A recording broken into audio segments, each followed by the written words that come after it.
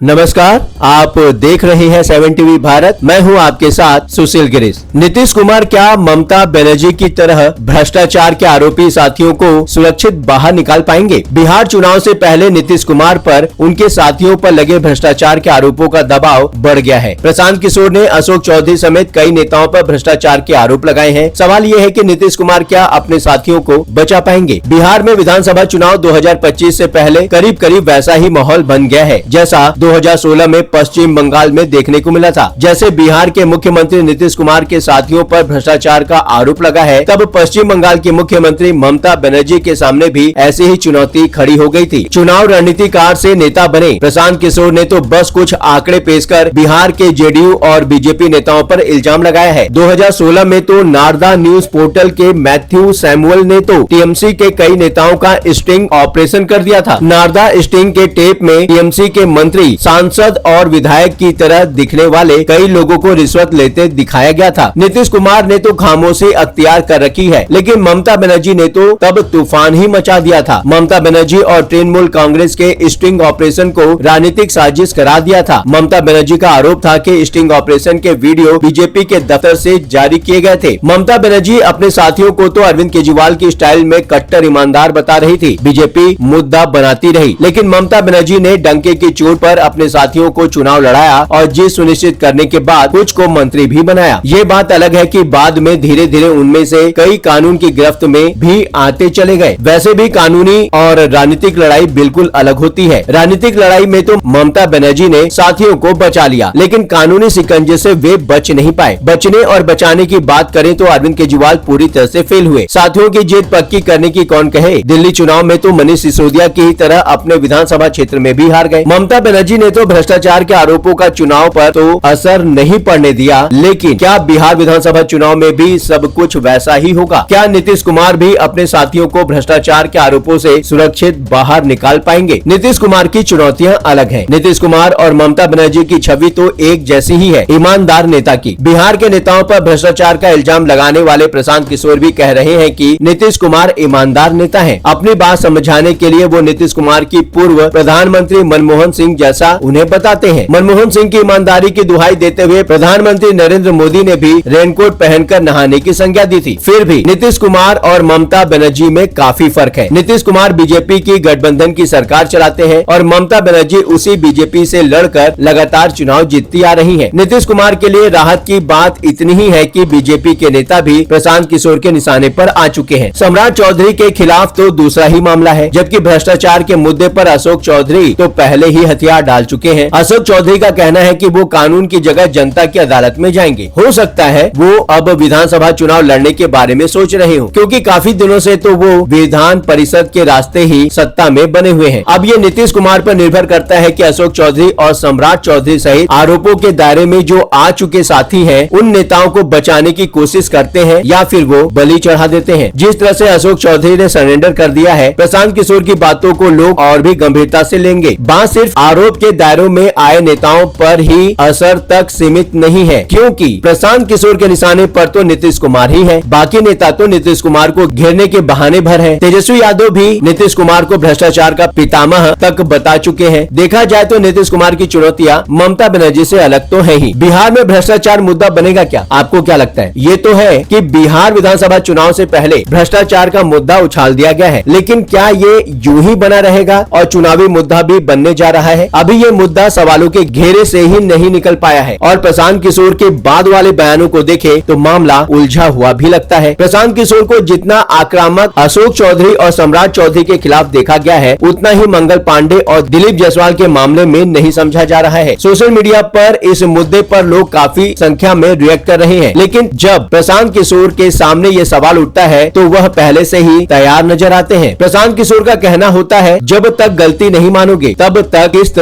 जारी होता रहेगा। मंगल पांडे मान गए, चुप हो गए, हाथ पैर जोड़ लिए। मतलब ये नहीं है कि उनसे समझौता हो गया, फाइल किनारे रख दिया गया है। जन सुराज की व्यवस्था बनेगी तो वो फाइल खुलेगी। जनता ने देख लिया है कि ये आदमी भ्रष्ट है, अपनी गलती मान लिया है, चुप्पी साध लिया है। दिलीप जायसवाल ने सरेंडर कर दिया है। जन सुराज पार्टी ने सत्ता में आने पर प्रशांत किशोर ने कहा है, बिहार के 100 सबसे ज्यादा भ्रष्ट नेताओं और अफसरों की जांच कराई जाएगी और उनकी लूटी हुई संपत्ति छीनकर सरकारी खजाने में जमा कर दी जाएगी। अपना स्टैंड साफ करते हुए प्रशांत किशोर ने एक कार्यक्रम में बताया, हम कोई जांच एजेंसी नहीं है। अशोक चौधरी ने 200 करोड़ की चोरी की है या 2000 करोड़ की, ये हमको नहीं पता। हम उतनी ही जानकारी देते हैं कि इनका चेहरा नंगा हो जाए। ये मान ले तो हम छोड़ देंगे, छोड़ इस नजरिए से देंगे कि जनता को पता चल गया है, अब निर्णय जनता को करना है। और पूछ बैठते हैं, अभी हम चुनाव छोड़कर जांच करने लगे। प्रशांत किशोर को अपनी रणनीति तय करने का पूरा हक है, लेकिन भ्रष्टाचार के आरोपों का क्या होगा? प्रशांत किशोर क्या मीडिया की सुर्खियां बनने के लिए राजनीतिक विरोधियों पर आरोप लगा रहे हैं? और जैसा अशोक चौधरी ने कदम उठाया है उसके बाद वो चुप हो जाएंगे? फिर तो वोटिंग का वक्त आने तक लोग सब कुछ भूल चुके होंगे। इस विषय पर आपका अपना क्या विचार है, नीचे कमेंट में लिखकर जरूर बताएं। चलते चलते एक बात बताना जरूरी है, यदि आप कोई जरूरी बात हम तक पहुंचाना चाहते हैं, चाहे वह प्रशासन से जुड़ी परेशानी हो, आपके साथ हुआ कोई अन्याय, कोई सामाजिक समस्या या फिर कोई ऐसी बात जिसे समाज के सामने लाना जरूरी है, तो आप बेझिझक स्क्रीन पर दिए गए व्हाट्सएप नंबर 9983236555 पर आप हमसे सिर्फ व्हाट्सएप मैसेज के माध्यम से संपर्क करें। 7 टीवी भारत की टीम आपकी बात को गंभीरता से सुनेगी और जरूरत पड़ी तो पूरी जिम्मेदारी के साथ उसे सबके समक्ष उठाएंगे। आपका विश्वास ही हमारी ताकत है। इस चैनल को सब्सक्राइब करें, वीडियो पसंद आया हो तो वीडियो को लाइक करें। लगातार खबरों के लिए बने रहिए 7 टीवी भारत के साथ।